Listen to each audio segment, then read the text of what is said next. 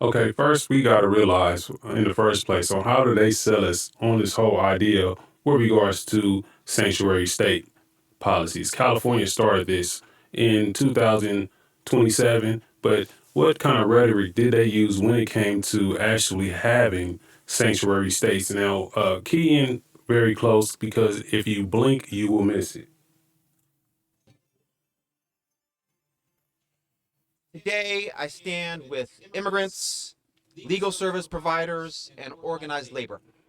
Organized labor. What does the sanctuary state policy, have to do with organized labor?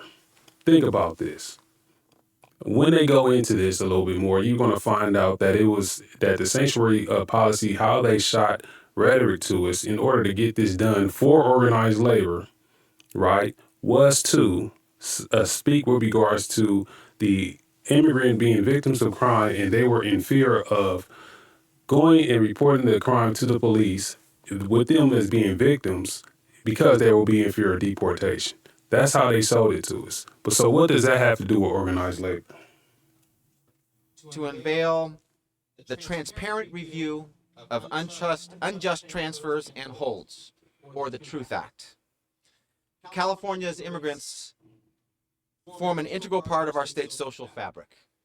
But when Immigration and Customs Enforcement, or ICE, coerces local law enforcement into carrying out deportations, families are separated and community trust destroyed.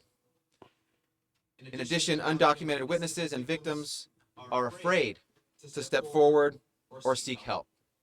The Truth Act builds upon California's Trust Act, which was signed by Governor Brown in 2013 and which I was very proud to support. Prior to the Trust Act, ICE requested local jails hold community members until they could be picked up for deportation.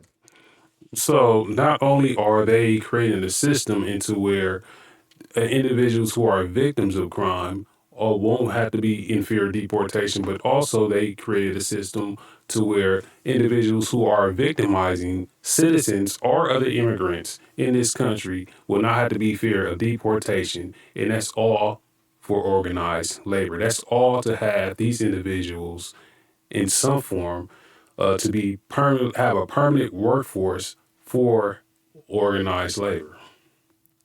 So when you look at this, you see how they show, how they use the rhetoric and they twisting it up to actually get a permanent workforce when immigration was also, if you didn't have a legal permanent resident status, your status is always going to be temporary. Instead, you got these individuals wanting to abuse these individuals to give into give them to get them a permanent workforce so that they can use them as a permanent workforce instead of using the citizen of this country. And here we are, we're facing with not with the whole idea with the Democrats, but with the Democrats being in organized labor's pockets, receiving money for them, and then turning around and putting the individuals out on us and pushing us out of the workforce so they can have a cheap labor workforce. Following Governor Brown's signature, community members were protected from such holds unless they were convicted of certain more serious crimes. After the Trust Act went into effect, ICE undermined the law by requesting local law enforcement notify them of personal information such as release time, so they could be waiting with a white van to pick up our immigrant community members. With the Truth Act, we close that loophole. We require much needed transparency from ICE. We make sure local communities have a voice, and we create clear guidelines to guard against these abuses.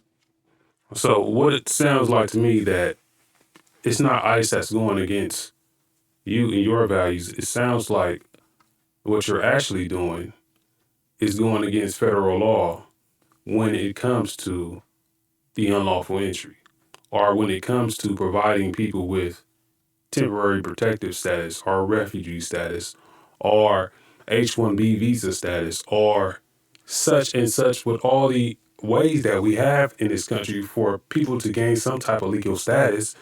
Once that legal status is over with, you're not sharing in the process to encourage people to gain some type of legal status. You're encouraging people to just stay in the country, abuse the country, be seen as a permanent workforce for organized labor instead of going to the United States citizen for labor. And it's pushing the citizen out while you see more and more migration coming over. And 39% of California workforce is from the immigrant population.